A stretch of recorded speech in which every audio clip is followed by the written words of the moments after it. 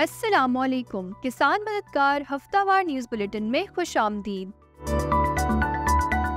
Headlines. बिजली की ज़्यादा कीमतों और यूरिया की कीमत में मुबैना हेरा फेरी की वजह से पाकिस्तान इस साल अपने गंदम के पैदावारी हद से महरूम हो सकता है। इस साल गंदम की पैदावार 29 मिलियन टन तक पहुंचने की तवक्को है, जो कि 32 मिलियन टन के पैदावारी हद से कम है। बढ़ती हुई इनपुट कॉस्ट और मुबैना तौर पर मार्केट की उजारादारियों की वजह से महंगाई में इजाफा और खुराक में किल्लत पैदा हो सकती है। निगरान इंतजामिया ने इस मामले को तहकीकात के लिए कॉम्पिटिशन कमीशन ऑफ पाकिस्तान को भेज दिया है। सेक्रेटरी ज़राअत पंजाब इफ्तिखार अली सहू की ज़ेरे सदारत कपास की काश्त के मुतालिक आला सतही इजलास का इनेकाद किया गया। मीटिंग के शुरका को हिदायत जारी करते हुए कहा गया कि कपास की गुज़श्ता साल की इस साल से बुवाई का मुवाजना करें। कॉटन मुहिम 2024 को हतमी शक्ल दी जाए। अगीती कपास की काश्त 15 अप्रैल तक मुकम्मल की जाए। रवां सीजन कपास की ज्यादा से ज्यादा रकबा पर काश्त के लिए सूबाई, डिविजनल और जिले सतह पर कमेटियां कायम की जाएं। वज़ीर आला पंजाब मरियम नवाज पंजाब के सलाइन और ब्रैकिश एरियाज में श्रिम्प एक्वाकल्चर प्रोजेक्ट शुरू करने का इरादा रखती हैं, ताकि गैर काश्त जमीनों को श्रिम्प फार्मिंग के लिए इस्तेमाल किया जा सके। सीनियर वजीर मरियम औरंगजेब ने मछली और श्रिम्प की फार्मिंग के जरिए रोजगार के मौके पैदा करने और आमदनी के मौके को बढ़ाने पर रोशनी डाली। इस प्रोजेक्ट का मकसद फिशरीज के शोबे के मयार, पैदावार और मुनाफा को बढ़ाना और सूबे में रोजगार और ग़िज़ाई तहफ़्फ़ुज़ को बढ़ाना है। पाकिस्तान एटॉमिक एनर्जी कमीशन ने मुल्क भर में बंजर जमीनों पर गंदम की पैदावार बढ़ाने के लिए गंदम के बीजों की एक नई किस्म मुतारिफ कराई है। इस पेशरफ्त के बारे में किसानों और ज़रूरी माहिरीन को आगाह करने के लिए फैसलाबाद में एक आगाही नुमाइश का इनेकाद किया गया। डॉक्टर नियाज खोड़ो के मुताबिक नया मुतारिफ कराया गया बीज बंजर जमीनों पर गंदम की पैदावार में नुमाया इजाफा करने की सलाहियत रखता है, जो पिछले बीजों के मुकाबले में 30 गुना ज्यादा पैदावार फराहम करता है। ये बीज लाखों हेक्टेयर बंजर जमीन को पैदावारी ज़रूरी जमीनों में तब्दील करने की सलाहियत रखता है, बशर्त ये कि बीज आम लोगों के लिए भी दस्तयाब हो। काश्तकार मूंगफली की काश्त के लिए स्क्रीन पर दी गई सिफारिशात पर अमल करें या मजीद मालूमात हासिल करने के लिए अभी किसान मददगार से राब्ता करें।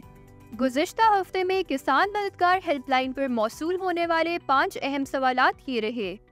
पहला सवाल, मिल्क फीवर या दूध का बुखार क्या है और इसकी क्या अलामात हैं? ये दूध देने वाले जानवरों का एक अहम मर्ज है। ये अमूमन ज्यादा दूध देने वाले जानवरों में होता है और बच्चे की पैदाइश के साथ ही बीमारी शुरू होती है और जानवर बेसुध होकर लेट जाता है। अगर इसका इलाज फौरन ना किया जाए तो जानवर की मौत वाक़ई हो सकती है। चूँकि बीमारी का ताल्लुक दूध से है, इसलिए इसको दूध का बुखार कहते हैं। मगर सबसे अहम बात यह है कि इस हालत में जानवर को बुखार नहीं होता, बल्कि दर्जा हरारत कम हो जाता है। दूध के बुखार के असबाब। इस बीमारी का सबसे बड़ा सबब खून में कैल्शियम की कमी का होना है, जो कि दूध के जरिए कैल्शियम के अखराज की वजह से होती है। इस बीमारी की अलामात ये रही। जानवर अचानक बेचैनी महसूस करता है और खाना पीना बंद कर देता है। जानवर की खड़े खड़े पिछली टांगें लड़खड़ाती है और अचानक गिर जाता है। जानवर की गर्दन पिछली टांगों की तरफ मुड़ जाती है, जो सीधा करने के बावजूद दोबारा उसी हालत में चली जाती है। कान और जिस्म का ठंडा हो जाना, जानवर का टेम्परेचर कम हो जाना, सांस की रफ्तार का तेज होना। बीमारी की सूरत में रहनुमाई के लिए किसान मददगार हेल्पलाइन पर राब्ता करें। दूसरा सवाल, मूंगफली की अच्छी पैदावार के लिए कौन सी जमीन होनी चाहिए?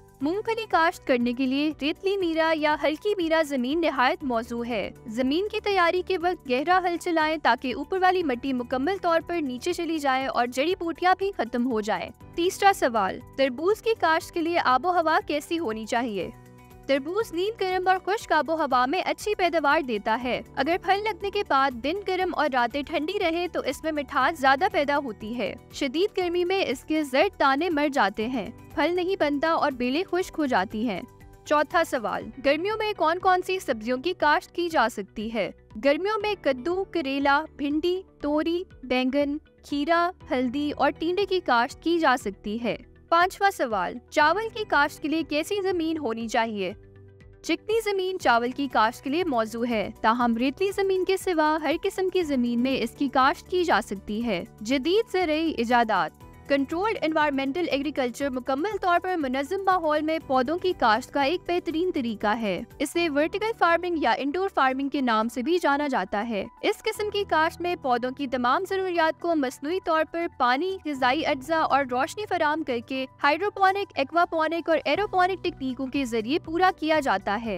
CEA ने रवायती काश्तकारी में दरपेश कुछ चैलेंजेस को कम किया है। इस तकनीक से पानी का इस्तेमाल काफी कम किया जा सकता है। दर हकीकत कुछ वर्टिकल फार्म्स में रवायती फार्म्स के मुकाबले में 70 से 95% कम पानी इस्तेमाल होता है। पानी के कम इस्तेमाल के अलावा कंट्रोल एनवायरनमेंट एग्रीकल्चर पौधों को मौसमी हालात से बचाता है और कम जगह में ज्यादा पैदावार फराहम करता है। मौसम मुल्क के बेशतर इलाकों में मौसम खुश्क जबकि बलाई अजला में सर्द रहेगा। ताहम कश्मीर और गिलगित बल्तिस्तान में चंद मकामात पर गरज चमक के साथ हल्की बारिश और पहाड़ों पर बर्फबारी का इम्कान है। पाकिस्तान के दीगर शहरों में अगले हफ्ते के मुमकिन दर्जा हरारत ये रहने के इम्कानात हैं।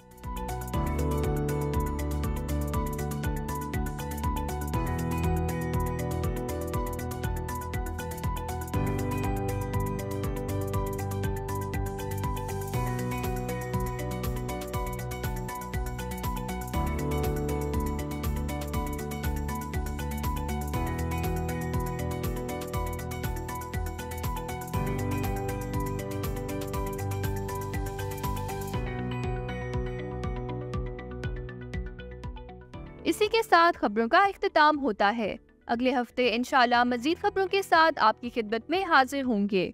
अल्लाह हाफिज।